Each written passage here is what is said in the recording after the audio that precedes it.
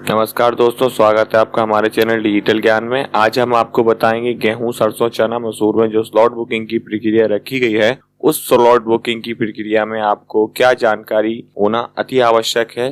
उसके बाद ही आप अपना स्लॉट बुकिंग करें। अगर वो जानकारी आपके पास नहीं है तो हो सकता है कि आप अपनी फसल का उपार्जन ना करा पाए, या फिर जो आपने सोच रखा है किस केंद्र पर आपको फसल लेकर जाना है या जो भी कुछ है वो सब जानकारी आपको नहीं मिल पाई है, तो उसके लिए आप जानकारी ले लें, तब आप स्लॉट बुकिंग करें तो आपको बेहतर एक अनुभव प्राप्त होगा। स्लॉट बुकिंग के लिए ये प्रक्रिया बहुत अच्छी प्रक्रिया रखी गई है। आप अपनी मन चाहे केंद्र पर फसल का उपार्जन करा सकते हैं, मन चाहे समय पर फसल का उपार्जन करा सकते हैं। तो ये सारी जानकारी हम आज आपको इस वीडियो के माध्यम से देने वाले हैं। ये मध्य प्रदेश शासन का एक लेटर है, इसमें सारी जानकारी है हमारे पास। हम आपको उसी लेटर से संबंधित जानकारी दिखाएंगे और खुद भी आपको समझाते हुए चलेंगे। तो चलते हैं स्लॉट बुकिंग की प्रक्रिया को समझते हैं पूरे अच्छे तरीके से। तो स्लॉट बुकिंग की प्रक्रिया की ये है सारी जानकारी, जैसा कि आप देख सकते हैं स्क्रीन पर।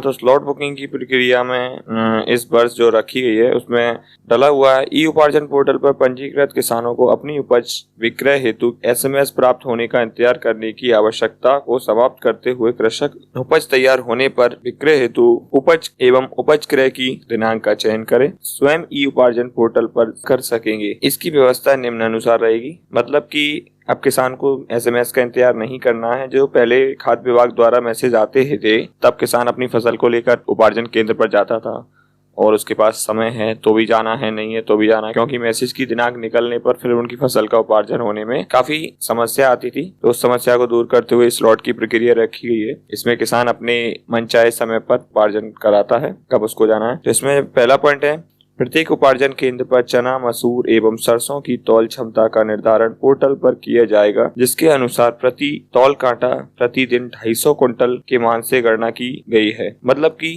एक सेंटर पर अगर 4 कांटे हैं तो 250 कुंटल एक कांटे का अनुमान लगाया गया है। तो उसी प्रकार से एक सेंटर पर एक दिन में 1000 कुंटल तक स्लॉट बुकिंग होगी। मतलब 1000 कुंटल तक एक दिन में एक केंद्र का तौल का गणना की गई है। एक सेंटर एक दिन में 1000 कुंटल तौल सकता है। दूसरे पॉइंट की बात करते हैं तो प्रत्येक उपार्जन केंद्र पर प्रतिदिन न्यूनतम, वही बात आ गई है, न्यूनतम 100 कुंटल उपज की तौल हेतु 4 कांटे आवश्यक रूप से लगाए जाएं एवं उपार्जन केंद्र पर चना, मसूर एवं सरसों की आवक अनुसार कांटों की संख्या में वृद्धि की जाए, जिसकी तत्समय पोर्टल पर पुष्टि की जा सके। मतलब कि अगर कांटे 4 चल रहे हैं तो 250 कुंटल एक कांटा तौलेगा तो 1000 कुंटल का न्यूनतम उसका तौल क्षमता रहेगी। अगर सेंटर पर स्लॉट बुकिंग ज्यादा हो रहे हैं तो क्षमता बढ़ाई जाएगी। उसके देखते हुए कांटे को भी बढ़ाना पड़ेगा उपार्जन केंद्र प्रभारी को, और सबकी पुष्टि पोर्टल पर की जाए। जिन जिन किसानों का तौल जिस दिन हुआ है उसी दिन ही उनका पोर्टल पर चढ़ जाना चाहिए और वो किसान अपनी पावती लेकर जाए। तो आपसे भी अनुरोध है कि आप भी अपनी सेंटर पर फसल उपार्जन कराते समय इस चीज का ध्यान रखें कि आपकी तौल अगर हो जाए तो उसके बाद आप पर्ची लेकर ही आप जाएं। कोई कच्ची पर्ची ना ले, ऑनलाइन जो स्लिप आती है वही स्लिप आप अपनी लेकर उपार्जन केंद्र को छोड़ें। अगर वीडियो अच्छी लग रही हो तो प्लीज वीडियो को लाइक करो, चैनल को अवश्य सब्सक्राइब करें, इससे कि आपको ऐसी महत्वपूर्ण जानकारी मिलती रहे। थर्ड पॉइंट की बात करें तो थर्ड पॉइंट है आपका, कृषक द्वारा दिनांक 21 मार्च 2023 से स्लॉट बुकिंग की प्रक्रिया को चालू कर दिया गया था। मतलब इसकी लिंक एसएमएस के माध्यम से कृषक के मोबाइल पर प्रेषित कर दी गई थी। मतलब जो आपने पंजीयन में रजिस्ट्रेशन में अपना मोबाइल नंबर दिया था उस पर एक लिंक आई होगी जिससे आप स्लॉट बुकिंग कर सकते थे। अगर आपके केंद्र जिले में बन गए हैं तो उन पर आप स्लॉट बुकिंग कर सकते थे। 21 तारीख से स्लॉट बुकिंग की प्रक्रिया चालू है, अभी भी चालू है, और ये कब तक चालू रहने वाली है अभी आगे आपको पॉइंट में देखने को मिलेगा। ई उपार्जन पोर्टल पर पंजीकृत सत्यापन कृषक द्वारा स्वयं के mobile number, MP, online CSC, ग्राम पंचायत, लोक सेवा केंद्र, इंटरनेट कैफे, उपार्जन केंद्र से स्लॉट बुकिंग की जा सकेगी। स्लॉट बुकिंग हेतु कृषक के ई उपार्जन पोर्टल पर पंजीकृत मोबाइल पर OTP प्रेषित किया जाएगा, जिससे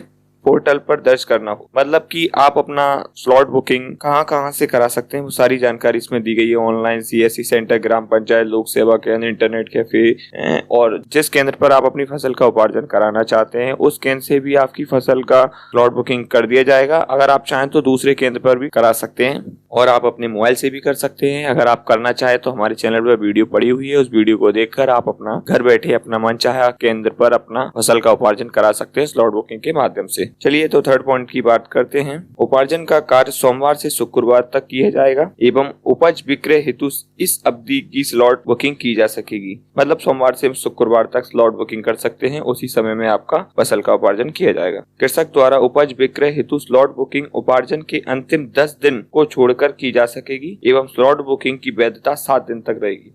ये पॉइंट को आपको ध्यान रखना है कि आप अपना स्लॉट बुकिंग किस मई 2023 से पहले आपको स्लॉट बुकिंग करना है, क्योंकि 31 मई लास्ट डेट है। इसके बाद उपार्जन नहीं होगा और उससे 10 दिन पहले ही आपको स्लॉट बुकिंग करनी है। आपकी स्लॉट बुकिंग की समय अवधि 7 दिन तक रहने वाली है। अगर आप 20 तारीख का स्लॉट बुकिंग करेंगे तो 27 मई तक आपका जाएगा। उपार्जन केंद्र की तौल क्षमता। कृषक द्वारा उपज विक्रय हेतु तहसील अंतर्गत किसी भी उपार्जन केंद्र का चयन किया जा सकेगा। कृषक की भूमि एक से अधिक तहसील में स्थित होने पर उसके द्वारा किसी एक तहसील के उपार्जन केंद्र का चयन किया जा सकेगा, जहां पर पंजीकृत भूमि की उपज का विक्रय किया जा सकेगा। मतलब कि अगर आपकी एक से अधिक तहसीलों में अगर आपकी जमीन है तो आप एक तहसील का कोई भी चयन करें, उस पर ही आपको पूरी फसल का उपार्जन कराना होगा। जिस तहसील में आपकी जमीन ज्यादा हो उसका चयन करें, बाद बाकी आप खुद समझदार हैं, कोई ना, आप समझ लेंगे कि किस तहसील में आपको उपार्जन कराना है। एक ही तहसील में आपको एक ही सेंटर का चयन करना है, उसी पर आपको पूरी फसल का उपार्जन कराना है। वीडियो अच्छी लगी हो तो प्लीज चैनल को सब्सक्राइब करें। वीडियो तो लाइक होती रहेगी, चैनल को सब्सक्राइब करें प्लीज। अगले पॉइंट की बात करें तो उपार्जन केंद्र की तौल क्षमता। लघु, सीमांत एवं बड़े कृषकों को मिलाकर स्लॉट बुकिंग की सुविधा रहेगी, जिसमें प्रतिदिन 100 क्विंटल से अधिक विक्रय वाले क्षमता के 4 कृषक तक हो सकते हैं। मतलब अगर बड़े कृषक हैं तो वो एक सेंटर पर एक दिन में 4 से ज्यादा नहीं आएंगे। 100 क्विंटल से अधिक वाले सिर्फ 4 ही स्लॉट बुकिंग होंगे। नहीं, अभी किसी के 250 क्विंटल के अगर 4 हुए तो छोटे किसान कहाँ जाएंगे, इसलिए देश को देखते हुए 4 ही स्लॉट बुकिंग कर सकते हैं बड़े कृषक। कोई मान लो अगर 150 क्विंटल के 3-4 स्लॉट बुकिंग हो गए तो कुछ क्षमता छोटे किसानों के लिए भी रहेगी। स्लॉट बुकिंग के समय पोर्टल पर कृषक की विक्रय योग्य कुल मात्रा प्रदर्शित कराई जाएगी, जिसमें कृषक द्वारा वास्तविक क्रय योग्य कुल अनुमानित मात्रा की पुष्टि करनी होगी। इस मात्रा अनुसार ही कृषक के उपज की खरीदी की जा सकेगी। इस संबंध में कृषक को अवगत कराया जाएगा। ये बात को आपको ध्यान रखना है। आपकी जितनी फसल का उपार्जन किया जाएगा, कितनी कुंटल आपका रकबा में से फसल निकल रही है, वो आपको दिखेगी कि आप फसल का उपार्जन अनुमान, जैसे कि मैं एग्जाम्पल के तौर पर बता रहा हूँ कि 54 क्विंटल 50 किलो आपकी फसल का उपार्जन किया जाएगा, तो आपको प्रश्न भी करना होगा कि आप कितनी फसल का उपार्जन कराना चाहते हैं। 54 से आप ऊपर नहीं जाएंगे, नीचे आप आ सकते हैं। अगर आपको अनुमान है 40 क्विंटल आप अपनी फसल का उपार्जन कराना चाहते हैं, शेष आप अपने घर पर रखना चाहते हैं, तो 40 का करें। अगर आपने खाली छोड़ दिया तो आपकी 0 मानी जाएगी, तो उसको ध्यान रखते हुए तब स्लॉट बुकिंग करें। अगर नहीं कर सकते तो आप अपने उपार्जन केंद्र पर जाकर ही स्लॉट बुकिंग कराएं। खाली छोड़ देंगे तो 0 माना जाएगा, तो आपका कोई भी विक्रय के लिए मात्रा नहीं प्रष्ट होगी। पोर्टल पर स्लॉट बुकिंग अनुसार उपार्जन केंद्र की क्रय योग्य क्षमता घटते क्रम में प्रदर्शित होगी। अगर आप स्लॉट बुकिंग कर देंगे तो आपका जो स्लॉट बुकिंग हो जाएगा, तो उसके बाद उपार्जन केंद्र की क्षमता जो आपको दिख रही हुई उसमें से उतने ही कुंटल कम हो जाएगी जितना आपने स्लॉट बुकिंग किया था। निर्धारित दिवस में उपार्जन केंद्र की तौल क्षमता स्लॉट बुकिंग होने पर कृषक को आगामी रिक्त क्षमता वाले दिवस हेतु स्लॉट बुक करना होगा। कृषक द्वारा स्लॉट बुकिंग करने की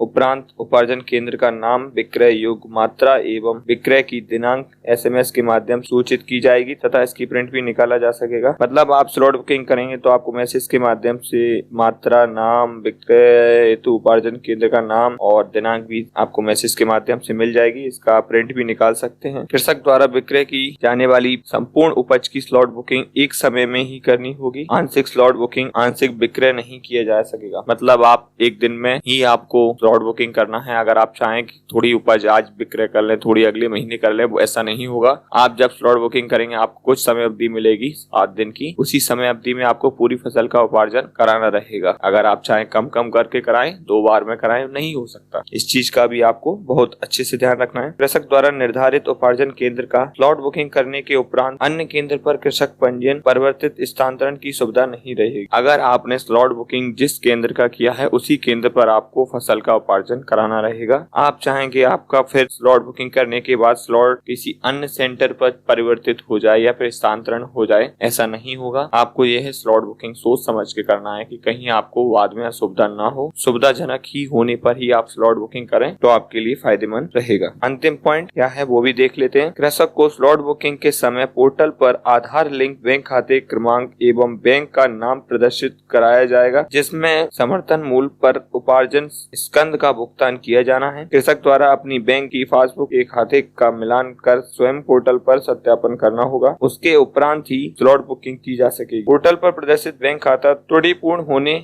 तथा अन्य कारणों से कृषक अन्य बैंक खाते के भुगतान चाहे जाने पर कृषक को अपना नवीन बैंक खाता आधार से लिंक कराना होगा, तदुपरांत स्लॉट बुकिंग की जा सकेगी। बहुत ही महत्वपूर्ण पॉइंट है, एक बार फिर से आप गौर फरमाइए। इसमें जो लिखा है कि अगर आप स्लॉट बुकिंग करते हैं तो उस समय आपको अपना स्लॉट बुकिंग करते समय अकाउंट का मिलान करना है। अकाउंट का मिलान करने के बाद ही आप स्लॉट बुकिंग करें, अन्यथा आपने जो भी उपार्जन किया है वो उपार्जन का भुगतान गलत जगह भी जा सकता है, क्योंकि जो आपने अकाउंट दिया है वो अकाउंट का मिलान कर लें, वो ही अकाउंट है या नहीं, उसके बाद ही स्लॉट बुकिंग करें। अगर आप अकाउंट चेंज कराना चाहते हैं तो फिर आधार से दूसरा अकाउंट लिंक कराएं, उसके बाद करें तो आपका वो दूसरा वाला अकाउंट शो करने लगेगा। तो मिलते हैं ऐसी महत्वपूर्ण जानकारी के लिए अगली वीडियो में, तब तक के लिए धन्यवाद। अगर वीडियो अच्छी लगी हो तो प्लीज चैनल को सब्सक्राइब करें, वीडियो तो लाइक होती रहेगी, चैनल को सब्सक्राइब करें प्लीज।